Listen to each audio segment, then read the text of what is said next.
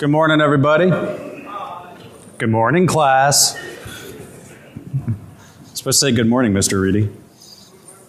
So I'm just going to hop right into it. We have a lot of material to cover, so as folks kind of shuffle in or shuffle out, please just do so quietly. First thing, kind of a quick disclaimer. First thing, I used to be the FBI CISO. I am now in my third week of my illustrious private sector career, so keep that in mind. Woohoo! Thank you. Thank you. You know, you guys pay a lot more when you're not a public servant. So a couple things there. Just keep in mind this is my stuff, my opinion. I was course cleared by the Bureau, and the Bureau wanted me to give this talk. But do keep in mind if you yell crap at me, I'm a private citizen now. So I get to respond in such. I'm going to try to leave a couple minutes at the end for questions. But just a couple things. One thing, please no tinfoil hat questions. And tinfoil hat questions are anything about like the Kennedy assassination or aliens. And please nothing, if you just want to rail against the man or the federal government, please do that after the show. I'd be happy to do that. Tell you what, you can buy me a drink at the bar and I will sit there as the avatar of the man and you can just kind of heap, and you can heap scorn on me. But you're buying the drinks. So what the whole point of this this presentation is kind of condensed 10 years of things we learned at the FBI Insider Threat Program into 5 lessons in an hour. So we have kind of a lot to go over. A lot of it's not necessarily technical. And just to kind of let you know why you should listen to me, right? So besides the fact that I have a PowerPoint and an awesome suit. Besides I have a PowerPoint and an awesome suit, I've worked kind of the front lines of insider threat for a better part of a decade in one of the only operational federal insider threat programs. So hopefully some of this will be good for you. I'm not going to go through each one of these, but these are kind of the 5 lessons that I wish I knew. So if I could go back and talk to young Pat, besides telling him to kind of not get so rotund, one of the things I would have told him was these 5 lessons. Okay, and we're going to go through each one of these, and at the end we're going to actually focus on some cyber indicators and observables that we found through some empirical evidence that if you were starting an insider threat program, there'll be 2 types of data I would suggest that you start collecting, and only 2, and we'll get to that. Alrighty, so just real quick, like kind of the evolution of our IA program. We kind of follow this trajectory that a lot of IA programs, information assurance, or cybersecurity programs, which by the way, I hate the term cybersecurity, programs followed, right? We kind of started with network intrusion, worrying about viruses, kind of moved into this concept of APT or more advanced persistent threats, and you start gathering different data and thinking about things differently, right? For detection purposes, you get away from this kind of signature-based stuff. And by the way, and I'll get into this and I'll rail on this, you can't use snort sigs to capture insider threats. And I'd be happy to debate anybody on that. It's not the same type of problem, and we'll get into that. But as we kind of evolved, you get into these more like data mining techniques, behavioral analytic techniques, a lot of the stuff that generally us as security geeks don't normally do. And this is a particularly interesting problem for people that work in security operations centers that just get kind of thrown the insider threat program. By way of hands, how many people work in a SOC, like a security operations center, that now has to do insider threat stuff? Couple? Yeah, couple. It's really funny that they do that. I don't know why, but and we'll discuss some things that maybe will be useful to you. But I guess it's like, hey nerds, you handle other things, now handle insider threat. Go be nerdlinger. So the approach for this talk, what we did, and I'll talk about this kind of Joe Friday stuff, right? Dragnet, just the facts. One of the issues that's a gigantic hurdle for insider threat research is a lack of empirical evidence. A lot of stuff that's written is it's either editorialization, it's based on a single, and a very small amount of test cases, and it's just kind of bad science, frankly. So what we wanted to do is start looking at empirical evidence and kind of driving that empirical evidence a little bit forward. So what we did is we took a look at 65 espionage cases that went back about 15 years. And we looked at just about every aspect we could, if they're system admins or not, what kind of actions they did, et cetera. Then we took then we also took a look at 200 what I would call non-model employees. These were incidents over about a 3-year period at the FBI of people that had some kind of punitive action taken against them. So they could have lost their job, they could have been demoted, they could have lost their clearance. This does not mean they were all spies. Because one of the big problems with the science of insider threat is spies are kind of rare, thankfully, or we're just completely missing them. Either one. We don't have a lot of really good test cases. And then what we did is, so you have a test group and a control group, right? Pretty easy. Same way that they do with cancer, right? Lots of people with cancer, lots of people without cancer, and compare the two and find diagnostics. Again, the issue we have here is that insider threats are so rare that we have a tendency to overly fit to problem sets. And we'll talk to that. Okay, so let's talk about the first lesson, the misunderstood threat. I jokingly call insider threat like the emo kid of threats, like no one understands it. One of the problems is everybody always looks at this lens of all security problems are hackers, right? That's not the problem with insider threats. And we'll talk about it, and I'll say this often. Authorized users doing authorized things for malicious purposes. They do not have to run hacking techniques. They do not have to do buffer overflows. They do not have to follow the kill chain. This is all things we'll talk about. Often also, these are people that joined with no malicious intent and had no concept of actually doing any harm to the organization when they entered. The other kind of fundamental shift that everybody as security professionals need to make is away from this kind of IP addressed and network-centric view to people and critical data assets. And most places like in SOCs or security organizations don't have the information, simple information like HR information to say, you know, Pat Reidy is this guy, this is what he works on, and this is what he normally should be doing, this is what he shouldn't be doing. And we'll talk to that. That was one of our critical and most difficult problems. Building an insider threat program at the Bureau is learning the people. And we'll talk about that a little bit in the future slides. So let's talk about what it's not. It's not the knucklehead problem. Right? It's not stupid people. Don't get me wrong, there's plenty of stupid people in the world. And in our incidents, and one of the incidents last year at the Bureau, about 24% of our incidents were people that were just doing unwitting dumb things. This is our standard user that, you know, hey, a pop-up of a talking moose wants my social security number. Sounds fair to me. And then, you know, and that kind of thing. But we spent a lot of time on it. About 35% of our incident response time was handled just like telling people, when talking moose pop up, don't give them their social security number.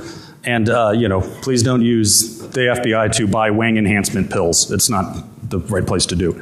So one of the nice things about this problem set is that we found ways to kind of positively socially engineer, and we'll talk about that, our user base, to make room for our analysts to focus on the really hard problems. I would argue this is the same thing with anything. Advanced persistent threat, any incident, you have to take those things that you can automate out, take human hands off of, and just kind of teach your people.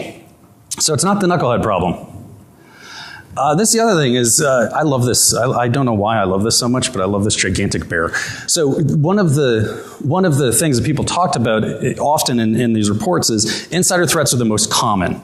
Well, I think this kind of goes back to this problem that no one agrees to what an insider threat is. Somebody stealing a legitimate credential and then logging in and trying to do legitimate user things is not an insider threat. It's not. It's still an external threat actor using internal credentials. So this is one of the common misconceptions. So to kind of clear up that misconception, what I did and we did is we went through 14 open source reports. All the big ones, right? FBI CSI, PwnMon, Verizon data loss, and took a look at them using 13 variables and tried to find out how often do malicious, that means knowingly malicious users, they did something on purpose, not necessarily to do damage to the company, but they did something on purpose, broke rules, stole data, et cetera. And it breaks down after over 1,900 incidents, we found about 19% of the incidents are malicious insiders, okay? So vast majority, not going to be an insider. However, if you look at the financial damages, and we'll talk about this, the open source, and then some FBI case statistics, they are the most costly. Average cost about $412,000 per incident, or $15 million a year for an average company. And it's about half that for external threat attacks. Some insider threat attacks have been shown to be over $1 billion or approaching $1 billion. LG is one of them in Korea. They claim that about $1.5 billion of intellectual property was stolen. DuPont, there's several that can go on and on and on. And then when you look at the case statistics, this is the Industrial Espionage Act of 1996 through present. The average loss is about $472 million. That's when it's brought to federal court, and with the Industrial Espionage Act, there's a link to a foreign power for that insider. When you look at the case statistics, 71% of them are coming from China. Now, I'm not saying anything against China. I'm just saying that this is the statistics. And 29% is all other. So $472 million loss, usually these are single incidents, are pretty serious, right? Now, I found it interesting that I guess companies just don't bring anything to federal court until you lose like $400 million. And we're just eating the 15 million bucks. You know, 15 million bucks, you can still go away for a long, long time. So what is an insider threat, right? Well, it's pretty simple. We've talked about this a lot, or I'm going to say this a lot. Authorized user doing authorized things for malicious purposes. When you go in with that hypothesis, it completely changes your detection and your incident response capabilities. Because if you immediately start thinking like an intrusion prevention system is going to help you do that, that's not going to help you. People are not needing to do things like buffer overflows, and they have access to the data they are stealing or that they are potentially damaging. It kind of boils down to an actor with legitimate access and has some kind of trust with the organization. And again, I rail on this just because, like, I understand, and we'll talk to kind of what vendors spin, but you know, the advanced persistent threat is not an insider threat because they use internal credentials, for example. The threat actor might actually be the same. You could have a bad guy out in a random country, fiction a stan, and they could either use cyber attacks against you or they might hire somebody internal. So maybe the ultimate threat is the same, but again, not an insider threat problem. And kind of just frame that, did a quick threat tree here. And down here, how many folks have read any Carnegie Mellon University's insider threat stuff? Yeah, great stuff. If you have anywhere that you want to, they probably have the go-to academic collection of insider threat cases, about 800 going back, I think about 10 years, maybe a little bit more. And they've come up with these different threat models. But essentially you're talking about an internal person with malicious intent, and they kind of boil them down to these four key areas: espionage, IT sabotage, fraud and abuse, IP theft. I would argue you could add unauthorized disclosure. And again, I'm not going to get into a big argument. Unauthorized disclosure for the purposes of whistleblowing or for the purposes of espionage or for whatever other reason, it kind of doesn't matter. That boils down to the human being. But unauthorized disclosure could probably be added there too. So that's kind of generally what we're going to be talking about. So one of the things I want to talk about is kind of like the evil sysadmin, right? I love this, by the way, internet memes. I can sit up like hours a night, look up internet memes and giggle because I'm basically a 41-year-old man in a 12-year-old body. So one of the things I want to do after Snowden is there's a lot of kind of jumping up and down about privileged users, right? System administrators. Saying, oh, well, it's a sysadmin problem, right? Snowden, sysadmin, thus and ergo all insider threats are an insider threat problem. Well, the problem is, let's see what Joe says. Joe says not so much. So when we look at these 200 cases and we look at the espionage cases, 1.5% of the espionage cases were actually privileged users. 1.5%. And then if you look at our internal incidents, less than 1% had to do with privileged users. Now, I'm not saying that privileged user management isn't important. That's important for many, many reasons. For data loss, accidental data loss, having some guy accidentally, drop an entire network because you didn't properly manage them. But building programs on one example is a really lousy idea. And I can tell you that because we kind of did that with Robert Hansen when we started as an insider threat program. We overly fit our detection to a very small amount of cases, one or two, and we came up with lousy results, and I'll talk to you about that.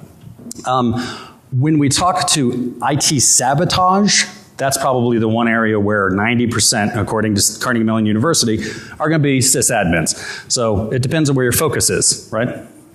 So IT sabotage may be more likely that it's a system administrator, but as far as intellectual property, espionage, fraud, waste, and abuse, much less likely. And why is that? Well, let's think about it. A guy that works counterintelligence as a special agent in the FBI knows counterintelligence like that. Most sysadmins I know don't really know that kind of information. They know the network and they know stuff like that. Yeah, they can do a smash and grab operation, but if you look at, again, like a Hansen who can laser focus, steal things, and provide it to the right people, can do far, far more damage. So let's talk a little bit about the intrusion kill chain, right? Everybody knows this. This is great stuff done by Lockheed Martin and Hutchins and Cloppert. Great. This is really great. Most people are using this for APT, right? Well, the problem is this doesn't work for insider threat because insider threats don't need to do things like weaponization and reconnaissance. So what I've come up with is kind of a suggested insider threat kill chain. And I'll refer back to this in a future slide, but you have this kind of recruitment tipping point when people kind of decide to go bad or start going bad. They start kind of doing search and reconnaissance, and by the way, this can be very, very, very small if they work the problem set all of the time. They acquire the data and they work to exfil it some way, shape, or form. Okay? The other thing that's kind of unique to insider threats, especially when you get into industrial espionage, is this concept of kind of operational security. One thing that we found very often is people look over their back a lot. Why? Because they're getting paid for stealing that next flat screen and going to work for a competitor. Well, that means they need to stay in place and steal the data. And if you kick them out too early, they're not going to make the payday. So, kind of think more towards this insider threat kill chain. And again, getting into that concept of authorized user doing authorized things for malicious purposes. So the other thing in this, again, no ranking on any specific vendor, but beware of this kind of silver bullet. As Snowden came out, you know, and I get all of the standard kind of emails and everything like that. I think last time I checked, it was 16 like emails about Snowden. Oh, our product helps stop Snowden. Are you Snowden ready? That was my favorite. Are you Snowden ready? That's like ridiculous. And look, I understand everybody's got to eat, right? So I understand, you know, vendor's job is to push their stuff, but it just really doesn't work often. And again, you know, come up, oh, I fixed the Snowden problem. I have an IPS I could put on your network and find. No, again, authorized user doing authorized things. If it's not doing some kind of behavioral analytics, and we'll talk to that, then I kind of don't believe it works. And there's definitely nothing with a big red button that says click here to catch spy. Well, maybe they do. Please show me where that is. But it probably won't work. So again, I understand, and I put up Ginsu knives because I just love that. Everybody knows like Ginsu knives are not from Japan. They were crappy knives that a failing company couldn't move off the shelves, so they came up with a new way to spin it, right? They're Ginsu, they're from Japan. Well, you can do the same thing with stuff. Hey, I can Snowden-proof your network. It's just ridiculous, I love that. I might make a t-shirt that says, I am Snowden-proof. Lesson 2, and don't worry, the other lessons go a lot quicker. This isn't a cybersecurity issue unto itself. We spent most of our time on things like legal issues, training, and again, getting over the concepts of how would you operate an insider threat program. Analytic training is one of a huge problem, right? Because you generally get people that do computer forensics or they do security operations center stuff. They're an intrusion analyst, and you slap them down and they immediately fall back into their, I want to write a snort sig to catch this. And I was one of those, and you know, it just turns out it doesn't work. So again, just keep that in mind, that a lot of the things that you need to do is going to be clearing the deck chairs for just being able to do the operations. Oh, and by the way, if you're trying to do things like insider threat intellectual property protection in places like the EU, how many folks are from the EU or do work in the EU here? Right? A lot, right? Germany. Yeah. So Germany, you know, you can't, in some instances, like an IP address cannot be collected because they think they would consider that private information. Well, when you start talking about some of these techniques, you're going to go through a lot of legal wranglings to get it to work. So just something to keep in mind. So, you know, the solution is you really got to take this multidisciplinary approach.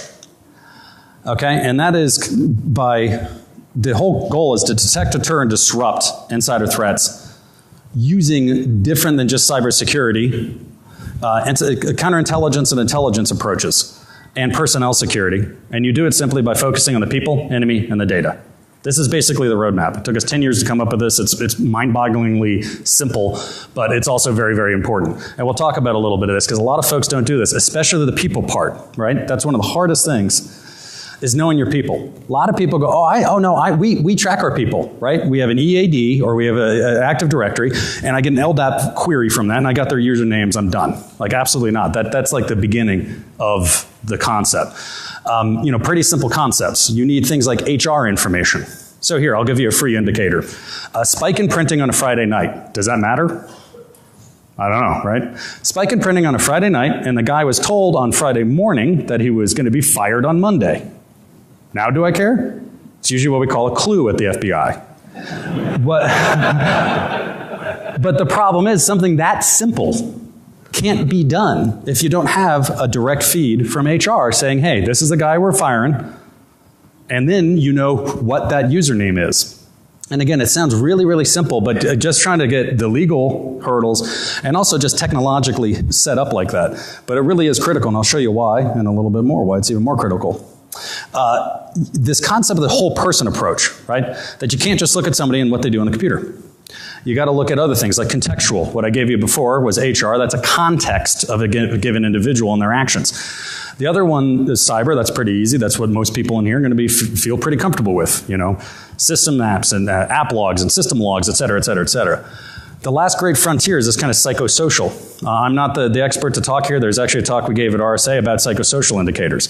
If anything might be able to predict insider threat, it's probably psychosocial. The problem with psychosocial is things like, let's say all insider threats have narcissism, right? Okay, go detect everyone in a 75,000 person organization with narcissism. Go. Why are you still sitting here? Go to the problem is you have no idea how to actually turn that into effective indicators. And some of the things that the Bureau and others are working on. But it's a very, very tough thing. And also, by the way, they have to differentiate. Right? So differentiation has to do with keeping that test and control group aside. If everyone's a narcissist, that's not a good thing to focus on. And remember, the joke is always, I'm not a narcissist, I'm awesome, you're a narcissist. Know your enemy. This is kind of this concept of reverse targeting. And I'm not talking about attack vectors. This isn't phishing. Phishing isn't an enemy. That's an attack vector that somebody might use. This concept of kind of reverse targeting. And this is a little bit more of a counterintelligence approach. Some people do this, some people don't. But you as an organization, you sat down and said, okay, I'm a video game company. What are we working on that's going to make us money for the next 5 years? Who is working on that and who is interested in that data? And if you just start kind of focusing your thought process on the enemy and who they're interested in, again, not systems. Systems are irrelevant. Okay? I would argue systems have been irrelevant to infosec for like 10 years. We just haven't noticed. What's relevant is the data object or the data that's on the systems and the people accessing them. You know, and this could be a fairly simple tabletop exercise. So you started with the statement that most internal threats join without malicious intent. Correct. If that's the case, then how can you try to know who's targeting your organization? So let's say you work for a video game company, okay? And you're Acme Corp and I'm Beta Corp. Okay, so Acme Corp has a brand new video game that's starting in beta that you guys are going to make money on forever and ever and ever. And you know in the past, Beta Corp has tried to beat you to market every time. I'm the enemy. Beta Corp's the enemy. You don't need to know now. What you can do is say, knowing Beta Corp's the enemy, Beta Corp is likely to do things like go after your people, try to hire them, and they're not going to go after randoms. They're going to go after people with the closest access to the most significant data. Does that make sense? Right, so they are joining with you're saying that they do have. No, I'm not. You're just a user that works on really sensitive stuff is naturally more risky because they may be targeted by the enemy or the competition. Does that make sense? So you sitting there as an Acme Corp employee have no malicious intent whatsoever and you're happy, or maybe you're a little overworked, maybe you're getting a little PO'd, and then Beta Corp calls up and goes, how about I triple your salary, I give you a $300,000 bonus. All you got to do is bring all of your coding that you've been doing the last 2 years with you. You had no malicious intent when you got hired. You went through, and we'll talk about this continuum that got to insider threat. Last one, and then go ahead. Aren't those likely some of your most valuable employees? They are absolutely your most valuable employees.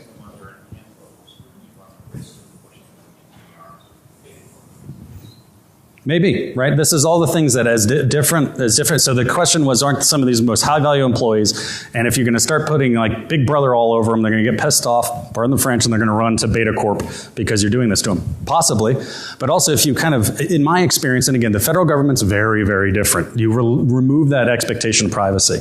But you can do these things logically. And if somebody's coming in and you're paying them logically well, and they understand, and we'll talk about this crowdsourcing security idea, I found that individuals tend to really like to, that's their baby, right? And they want to protect what they're doing. And they tend to understand when you inform them what you're doing. What you don't do is do it in the background and not tell anyone, because that's what pisses them off. Is that answered? So let me crank through a couple more of these things. Does that answer the question, guys? Right. So we kind of already hit this, right? We kind of talked about this Acme Beta Corp concept. Know the data. What's the really important stuff? The problem is usually when people talk about asset control and security, they always talk about systems. That just pisses me off. I don't know why it makes me so angry, but maybe because I get angry at really odd things. But they always say, oh no, I have asset. Right here. Here's all the systems I have in the patch level. Okay. What do all of the people using that use those things for? Which one of, if you lose a laptop A or a laptop B, which one are you going to freak out about more? Well, I don't know. That's not asset discovery. Well, yeah, it is. You need, again, know the data, know your people, know your enemy. Well, some things people say, well, this sounds really expensive, right? And it might be expensive to do. I think you could do it right and for far less than what we did it for. But this is another thing that you have to kind of consider. When you talk about return on investment as security professionals, you know, maybe we could do a little bit better. And this is a bit of a soapbox issue, but our go-to thing is the Chicken Little thing, right? Is to freak everybody out, tell them how the world's ending. How about we start talking about value to the customer and value to the company? Well, a good insider threat program, a good data protection program allows you to do things like penetrate hostile marketplaces. Go do work in the most hostile marketplace. I don't care, because our crap can't get stolen. That's a market differentiator for industries. And I mean, mark my words, I say in about 5 years, 10 years, people that take insider threats seriously will be around, and people that don't won't. Because it's just, as we get better and better finding APT and all that stuff, and that drops down, the easiest thing to do is just flip somebody on the inside, right? And arguably cheaper. So let's go on to the next lesson. How are we doing? We're about 26 minutes in. We're good. Lesson 3. Focus on deterrence. This kind of talks a little bit about, and this is kind of antithetical to a lot of people that do security on this. We want to be in the background, totally quiet, and not tell anybody we're there, because we're terrified that if they figure out how we're catching them, we're going to miss them. Well, I would argue that that's not the best way of going about it. What you want to do is create an environment. Remember I talked about that knucklehead problem? Well, what are you going to do about the knuckleheads? Just let them keep on being stupid? No. You got to interact with them, and you got to train them, and you got to socially engineer them towards something that you want them to be. So this is, again, making this concept of kind of rumble strips of the road. Somebody starts doing something wrong, burn, you knock them back into place, right? And you can do this on a bunch of different things. Maybe it's an HR thing, maybe it's a computer security thing. Maybe that guy that's working on your next great video game is getting a little angry. You find him in an incident. Maybe you could talk to the guy, get him, I don't know, a shiatsu massage and see if he's feeling a little bit better at the end of the day. It's all of this idea that we do as security professionals that's just wrong, right? We take one problem, Snowden, and we just generalize that across everything. Don't get me wrong, it sells software, but it doesn't solve any problems. What we need to do is make logical risk decisions, right? So what do we do at the Bureau with this? We did this thing that I call crowdsourcing security. It's a crazy idea. You actually trust your users. You provide them, you assume most of them are good, but you trust but verify. You actually provide them the tools to secure their own data. Don't get me wrong, you're watching this entire thing, and you lay back and see what happens. This is a complete head turn on how we normally do in the federal government. Normally, federal government, you have a centralized security policy capability, and you just enforce out from that, and you really don't care what the end users say. Well, this idea kind of came from this guy, Francis Galton, or Galton, depending on how you want to pronounce it. He's a eugenist. A eugenist is a nice way of saying he's basically an economic racist. The idea is that if you're rich, well, it's true. If you're rich, you're smart. If you're poor, you're stupid. And one of the things he did is he took a bunch of oxen, and he paraded them in front of a bunch of unwashed Irish farmers, and they had biologists guess how heavy they were, and then had the farmers. And then lo and behold, when he took the average of all of those, the subject matter experts were way wrong compared to the people that used and worked with the oxen every single day. So the light bulb kind of went off in my head saying, we do the same thing with data, right? We try to dictate onto a programmer what is important to that person. That's ridiculous. The only person that really knows that is that programmer. Don't get me wrong, you need to give them framework and you need to give them how to do that, but you let them do it yourself. This was kind of hilarious doing it as a bureau, and this is one of the reasons why. I got into like screaming matches with people, infosec people, security people, that told me that our users are too stupid to use removable media devices. They're too stupid. That's what I was told. Like, that's interesting. 14,000 of them come to work every day with a gun on their hip. And we can't train them how to use a USB. And by the way, I love ThinkGeek. A friend of mine got me that gun USB device. It was absolutely spectacular. The point here is that we got to kind of change up the game, right? So the problem was the infosec guys. The infosec guys and gals were just making, again, these gigantic risk-averse decisions, applying it to everybody, and not budging. So we changed that. So what do we do? And this is like painfully easy and super, super stupid and silly, but it worked really well, which was kind of embarrassing. So interact with users. Normally we used to do, and we still do, yearly infosec training. You sit through this really painful thing and you know, people come up and try to, like, you know, a guy that has like a Russian accent that smokes cigarettes like this comes up and like tells you to give you data, to steal data from. It's terrible. People hate it, but we still make them do it. Well, and then we were also doing things like website prompting for all websites. That didn't work because nobody really paid attention. So we started doing things like, wait, what do we care about? Do we care that somebody goes to Facebook? Or do we care when people, for instance, take sensitive data and try to put it up to Facebook? And do we care about everyone or only those people that are doing it? Well, we only care about those people that are doing those specific risky behaviors. So all we did is deploy really, really, really focused, basically pop-ups and user interaction. And it didn't even stop you. It said, say, accept or abort. Oh, by the way, if you don't know the policy, click right here. So stupid, right? But the problem is it had like this really tremendously good effect on the knuckleheads. So this is what we are showing is people clicking accept versus clicking abort over time. Now, this is what's interesting when I say we kind of changed behavior. Because what you would have expected them to see is you would have expected the aborts to pop way up, right? And the accepts to go down. Well, now what happened is people actually stopped doing the behavior. They stopped it. So they never even got to the point of saying accept or abort. So the abort stayed more or less same, and they just stopped doing it. It was crazy. And again, we did this in basically a year. So the point there is now we take Knucklehead, we automate out the problem, we crowdsource the security, we start giving people the capabilities to help us do our jobs, and we can take our finite amount of resources and point at the really difficult problems like catching spies. Makes sense, right? Alrighty, lesson 4, the data overload problem. This is very normal for almost any security professional, right? Let's collect absolutely effing everything and worry about what we do about it later, right? Full network packet capture, I want everything. Well, here's the problem with that. This is us starting our starting our insider threat program, and then just this massive data explosion, okay? Tools start really failing really, really, really fast when you start getting into those high levels. You ever try, you ain't running grep on 2.2 petabytes of information. Well, you can, it just won't work. So you buy yourself into this gigantic problem set, right? And don't get me wrong, we're not going to rail on big data. There's technologies, Hadoop stores and virtualized clusters and all sorts of cool stuff you can do with huge, huge data. But that presumes that all that data is important. And one of the things is that most of that data is important. The big question is kind of what happened, right? What happened with our user base? Well, this is what happened with our user base, is they started using data differently. And yes, every time someone says BYOD, God kills a kitten.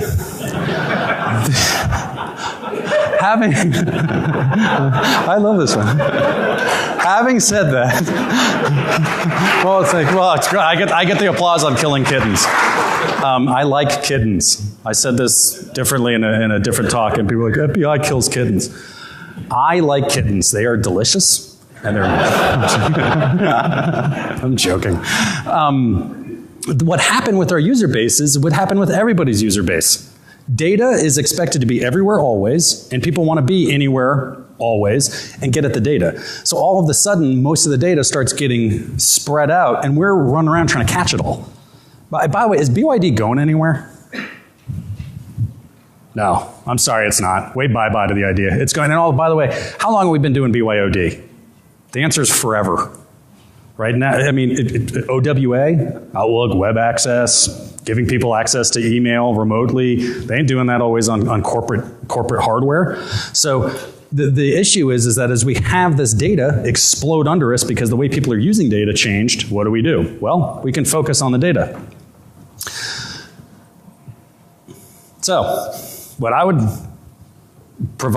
suggest to you is there's 2 primary data sources. If you had $1 to spend on insider threat, you'd spend it here. It's not packet capture. It's not antivirus. It's not that. It's two data sources. One is HR, right? And that's not just the people. Ideally, it's HR in the feeds. Actions happening and normative analysis on a given user's normal behavior. And specifically, and I'll show you some of the data, we looked at data ingress and egress and volumetric anomalies therein. Okay? So we looked at volumetric anomalies, how big. We looked at frequency anomalies. We looked at a lot of stuff. Frequency, volume, time, so rapidity, how rapidly they did, and we tried to see which one of those, again, is classifying against the control and the bad guy. Okay? So let's take a look. This brings us kind of lesson 5. Detection of insider threats, kind of hard. Anybody read the book Black Swan by Taleb? It's a spectacular book. Yeah, great book. Highly suggest it. So basically, push comes to shove, what it says, and there's a lot of actual empirical evidence to back this up, is that predicting events, really rare events, may actually be impossible. Okay? Well, that's kind of a big deal because most insider threat programs, and even with all due deference to the executive order, is pushing this idea is you got to predict them. You got to predict before they become bad, and you're going to, you know, kind of like this future crimes division from that. What was that? Minority Report. Thank you. That was the one with like 3 people and they're like in KY jelly and yeah, that one. It was, we have those, by the way. Bureau has those. I always like, why are they in KY jelly? It's very strange to me. Anyway, sorry. Sorry. But the point on this is don't waste time and money on basically the impossible. And I'll tell you, you're looking for red flags, as we call indicators, over time. And we talked about this a little bit, right? This insider threat continuum. When I said people usually come in, right? They're not insiders. They're here. They're bright-eyed, bushy-tails. Then, you know, as they start to work, their hopes and dreams get crushed slowly. And then they start realizing what's going on. Now, normal people, I'd hate to say normal people, hit a tipping point. And what would a normal person do if they're in a job that they hate? Quit. What's really interesting, when you listen to the transcripts of some of the espionage of some of the spies, Hansen, Pitts, some of the big ones, right? Almost all of them say the same thing. And again, I'm not a psychologist. They say, I had no choice. My back was up against the wall. I had no choice. Pitt's perfect example. This guy's got a law degree, been in the bureau for, I can't remember, 15 years, something like that. He could have easily gotten a job. And this is back when the job market was pretty decent. So they somehow think they're trapped. It's kind of odd. But the point is that relying on forecasting and predictive analysis towards a tipping point where somebody might just literally quit because they're normal or go become a spy, again, it's probably too variable to predict. What I'm suggesting is, again, you use that positive crowdsourcing and positive social engineering, get that environment uncomfortable for an insider to thrive in, tap down the problem, and go after diagnostic analytics. That means actually diagnosing actual insiders operating in your control group. Then you're preventing, but then you're finding them if they find them. Find them, tackle them, tag them, bag them, getting them out. Okay? And you know, over time, as you have an environment where it's really difficult to be an insider, all you got to do is make it more difficult than the next guy. Right? It's like that ADT sign on your house. They ain't breaking into your house, they're going to go next door. So somebody could go work for like the State Department. It's a joke. It's a joke. Too soon. Too soon. So the problem with prediction. Everybody know Puxatony Phil? For those of you that are not Americans, let me explain Puxatony Phil. Puxatony Phil is a long-standing honor tradition in America. Once a year, we take a rodent, that's basically a large rat, and 2 kind of drunk people talk to him and ask him if we're going to have a long winter. And the rodent tells them, and then we put it in the newspaper because it's a slow news day and everybody goes, oh, did you hear that Puxatony Phil saw a shadow?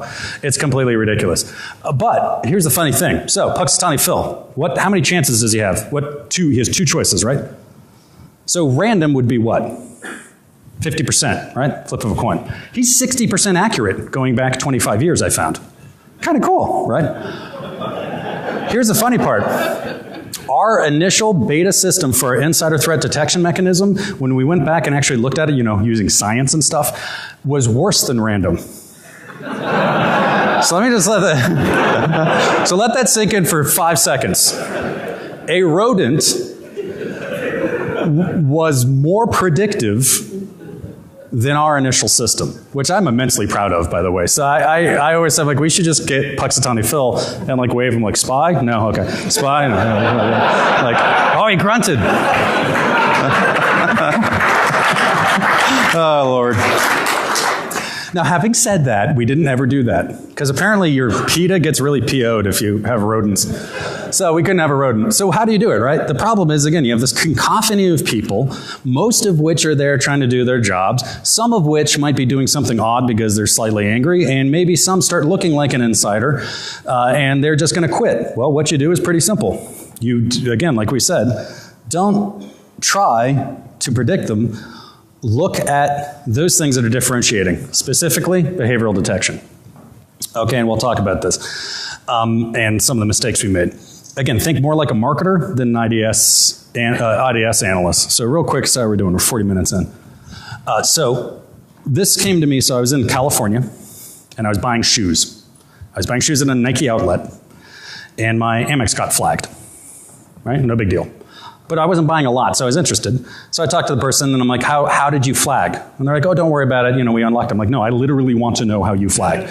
So this poor woman that was probably, I don't know where she was, but I kept her on the phone until I got to somebody who said, why did you flag? And that guy, and he could have been lying to me, by the way, but I don't know. I thought it was cool. He said, the reason we flagged you is because of this. We've never seen you buy, it's locational, which I understood. I'm usually in DC, and now I'm in California. The number of shoes you bought at one point is different. And we never saw you buy them in this color. Right? Kind of spooky. You think we're good? Think the Bureau's good? I'd worry about your credit card companies. So I'm like, that's freaking terrifying, because I was buying some pink shoes. They were for my daughter. I happened to get them in men's 10 because she likes wearing large shoes. And by the way, insert J. Edgar Hoover jokes here. The point was is that kind of like light bulb we brought back to the team and said, you know what they're doing there is they're doing behavioral analytics on individuals. So we started looking down the behavioral analytic track, and let me show you what happened. We started doing what people would normally do, right? Behavioral analytics. What we're going to do is we're going to take the average of what people do on, let's say, data ingress and egress. And by the way, I point to that is because Carnegie Mellon University, some folks up at Columbia, a lot of them point to that as potentially a differentiator. So we took everybody's average, and then we took our control group and looked at average, and you know what we found? Absolutely no statistical relevance whatsoever. Anybody know what happened? Anybody want to guess? Anybody know what a normal distribution is? We normalized the bad guys, and also we did the worst thing, right? Did a assumption. When you assume, you make an ass out of you in umption. What? That's stupid. So what this is a 10-mark bill. That's Gauss. Gauss is called a Gaussian curve. It's so ingrained in us statistically thinking, right? Whenever anybody went to did math as a kid, they always talk about standard deviation from the mean, and that works great when you have a normal distribution. Little amounts of people do a little bit of the data, a little amount of people do a lot of the data, and most of the data is moved by the masses in between. Here's the problem and why our prediction system was wicked off. This is a distribution of our users. That is not a black line, that is a distribution. So what we had is these massively skewed distributions. What happens when you try to take a standard deviation and put it on this data? Wah, wah, wah, wah. You get worse than a rodent prediction, right? So, Puxatony apparently was better at math than us.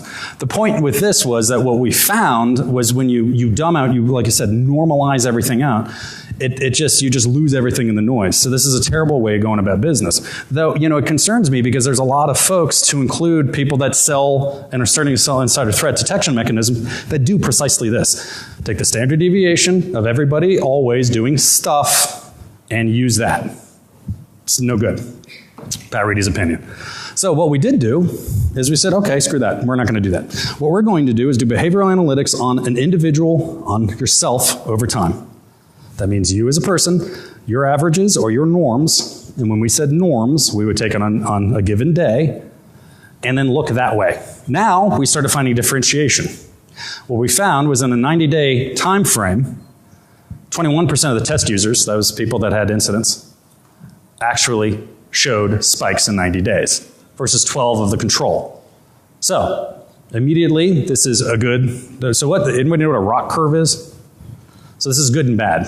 What this shows is it's differentiating. That means that if this fires, you're about twice as likely to have a quote unquote bad person in your net than a good person. The problem is the detection rate still pretty lousy, right? 21%, that means 8 out of 10 bad guys aren't gonna, are gonna not fire this one indicator, which goes back to the original thing, which is there's no silver bullet. You will never find, in Pat Reidy's opinion, and we never did in 10 years, a single indicator that always worked all of the time. Only when we started taking that kind of holistic, whole person approach, right? We started looking at the context, we started looking at psychosocial, we started looking, again, particularly with HR, and then overlaid your normal system behavior that we start actually finding true differentiation. So that's why when I say if you had $1 to spend it on two things: HR and then a user's normative behavior. Because if you get that going, you're kind of cooking with gas at that point. Now again, this is a bit antithetical to a lot of tools that you can buy. Because what's easy to do is just take everything that everyone's doing, average it, and find somebody's spike.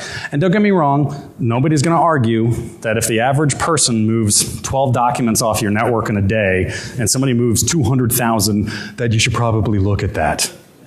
I mean, I understand that. I'm not arguing don't look at that at all. I'm just saying if you're really looking for differentiation and looking for diagnostics, this is what you need to focus on. Okay, so kind of that's where we finally ended up. Now, one of the things that we're now going to go do, or my ex-team's now going to go do, is overlay these findings with the psychosocial stuff that we did in RSA last year, and then see what the detect rates are. Because ideally, the perfect detect rate, and this is kind of a ROC curve idea, fires 100% of the time with a bad guy and 0% of the time with a good guy. Now, that's going to be more or less impossible. But, as you kind of work that curve towards that issue. And this is, this is important. Again, it goes to what we say, insider threats wear shirts. 100% correct. Well, I hope, most times. How about insider threats have skin? Let's go there. Insider threats have skin most of the time, again, I hope. Except Skeletor, who's the worst. And everyone else does as well. So if it's equally true with both populations, it's no good. So again, looking for those controls and indicators. So it looks like I wanted to have 10 minutes or so for questions and answer. So let me just summing up those 5 things real quickly. They're not hackers, right? Remember that. Frame the threat and start working your analytic techniques appropriately. Take a look at the insider threat kill chain, please. If you guys, find it interesting, please, let me know. And by the way, for the folks leaving, remember doing feedback. Please do feedback, sir. So it's Snowden a hero or a criminal? I'm not going there. I'm not touching that. Sorry, he asked me if Snowden a hero or a criminal. I'm not touching that. I'm not. He was an unauthorized discloser. I will leave it at that. My personal opinion, actually wait, I'm a private citizen. I'll give you my personal opinion. Was he a whistleblower? Maybe he thought he was a whistleblower. The way he did it, I absolutely disagree with. Period. Okay, so people can disagree. And again, if you're going to get angry at me, buy me drinks and heap scorn on me. But certain things are kept secret for a reason. Everybody says they want information free until it's your information. And think about that. I don't want free information. Well, if the information's free, man, don't get me started. So, we're going to start. Yes, sir. Yeah, what you mentioned about the 200,000 copy file. What's that? All the number of copies of the file that was arranged to investigate. At least in our case, most of the times, those are the legitimate users' case. And the exception is that guy that never copied the file, and that day the guy copied. So the best solution that is that we can do to try to help segregate what is legitimate is DLP system, database connection. Using one file there, copying Yeah. content to tell us red flag plus what is important. Yes. Yeah. Data. So I'll put a pause on that. For everybody leaving, A, thank you, and B, please do the feedback. So it either allows me to not ever come back here and talk and bore you again, or if it does. So thank you, and I'll stay here and keep on questions. Cheers.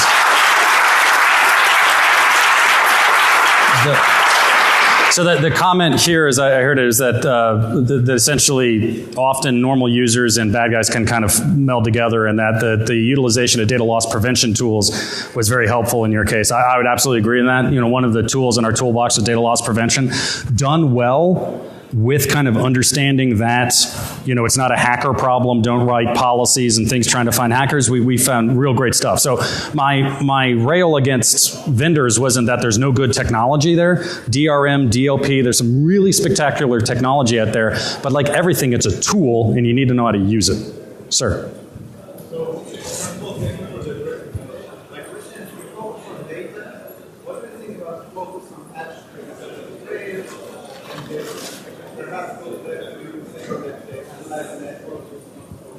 Sure. But if I am able to discern specific actions that are unique to a user, or I'm able to profile the user.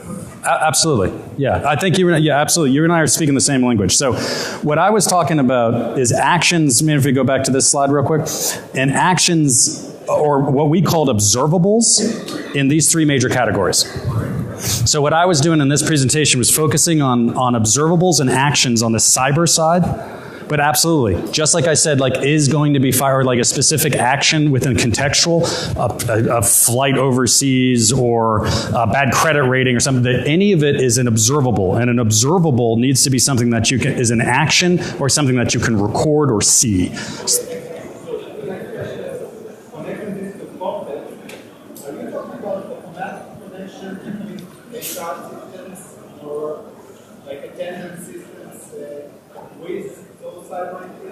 Are you talking about additional layer provided by HR personnel, say, or manager, this person needs? So the question was, am I advocating like an automatic HR feed or person, just like kind of a person? I would say ultimately you'd want an automatic feed of those observables that you think are important to you. However, if all you can get is an HR person to sit down with you every month, take that. I mean, if that's all you can get, that is huge. Like, so whatever you can get, but ultimately you would have a feed into the insider threat program of all the HR data, of what relevant HR data. And again, that's going to have legal issues, and that's going to have to be something that you get your privacy folks and everybody sign off on. But it's going to be different. So hold on, because I already asked it. Sir. So overall, what about a strong framework based on a strong data classification program? Because based on the data classification, you use the framework to identify what's critical data that's actually leaving or moving. Oh, hallelujah, yeah. And then based on that, we can actually do file integrity and basically look at what people move the most and how they. Oh yeah, absolutely. I mean, absolutely. So they said, what about data classification, understanding sensitivity? That's again goes back to know your data. Absolutely. If you go down to like this slide past the dead kitten towards, these, right? As you start salami slicing further and further down into behavioral analytics, what we have found is if you can do so spikes on somebody printing against yourself is interesting. Spikes on somebody printing against yourself of sensitive data is more interesting. So absolutely, as you slice, it's the more you know and the more dimensions you can give on it, the more differentiating it becomes. So absolutely, I was just in here, sometimes the problem is a boil the ocean problem in insider threat, because so people start thinking, if I don't have data classification, if I don't have an automatic feed in HR, I can't do any of this, right? Well, no, you can start doing some of this simply with a person from HR and, with some pretty simple logging. What framework do you follow to create a maturity of getting what happens out of it? Is this specific framework? Sure. It's funny you mentioned that, and I actually didn't have in these slides because I thought it was a little too much to cover, is that we have an ontology, a indicator ontology that we started, actually working with Carnegie Mellon University, that we're looking at doing a reference implementation in OWL. So literally what you'd be able to do is abstract out indicators in those three buckets and actually apply them to different whatever log stores you may have. I could, if I can give me a card, I could send you some information on that. I don't, again, I'm a private sector guy now, so I don't know where they are as of the last couple of weeks. They were still working on it. I'm assuming they still are, but I had a backup slide, but I could show you that later. Sure. Oops, sir. Yeah, then I'll get you. I'm sorry. Let's do. Sorry, he was up first. Yeah. Yeah. So you guys talked all about the use of like false flag techniques and other kind of more approaches to talk about how that fits into Sure. So running false flags and doing things like honey tokens and absolutely could fit right in there. When this had to do with kind of detection based on kind of behavioral analytics.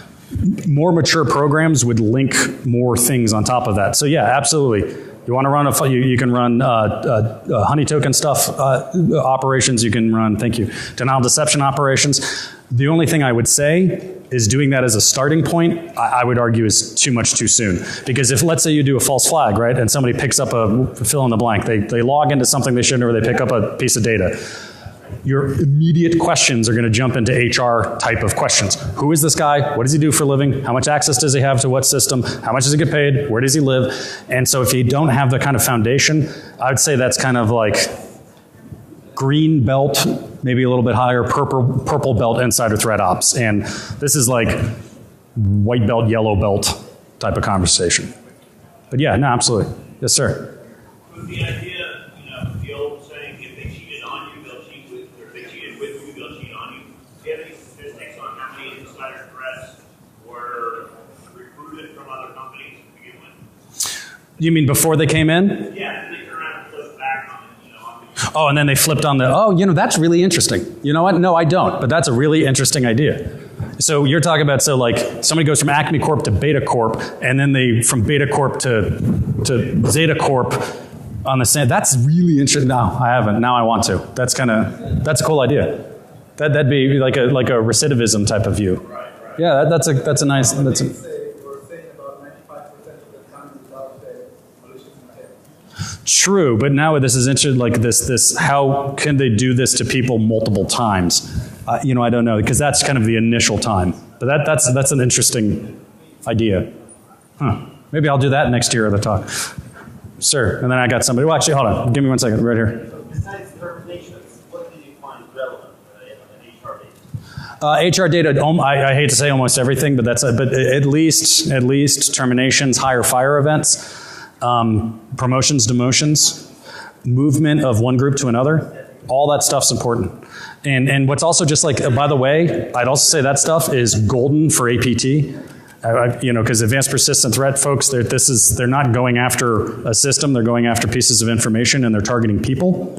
It works very, very well with that too. So those kind of couple of things I would say. If you could start just with that, the rest of the stuff is nice to have, and anything that we may have, I don't want to, the Bureau had, I wouldn't want to discuss, but usually when you start getting into things like pay and people really heavily private information that's not just corporate, it gets a little sticky. But if you get just those, 5 things, I think you're in good shape. I had somebody over here. Where's it? Yes, sir. In our industry, we've had a program that's exactly going back to back, and just kind of fraud.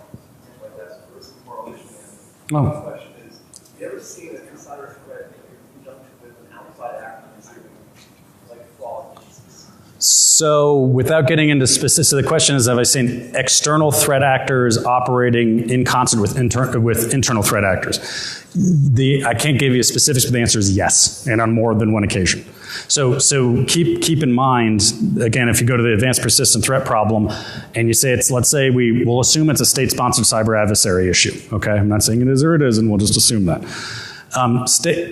Nation states that are running intelligence operations don't just run cyber operations; they run human operations too. So we do it, they do it. It'd be very, very common. So the answer is yes. I can't get into specifics, but absolutely. And by the way, it's a good point.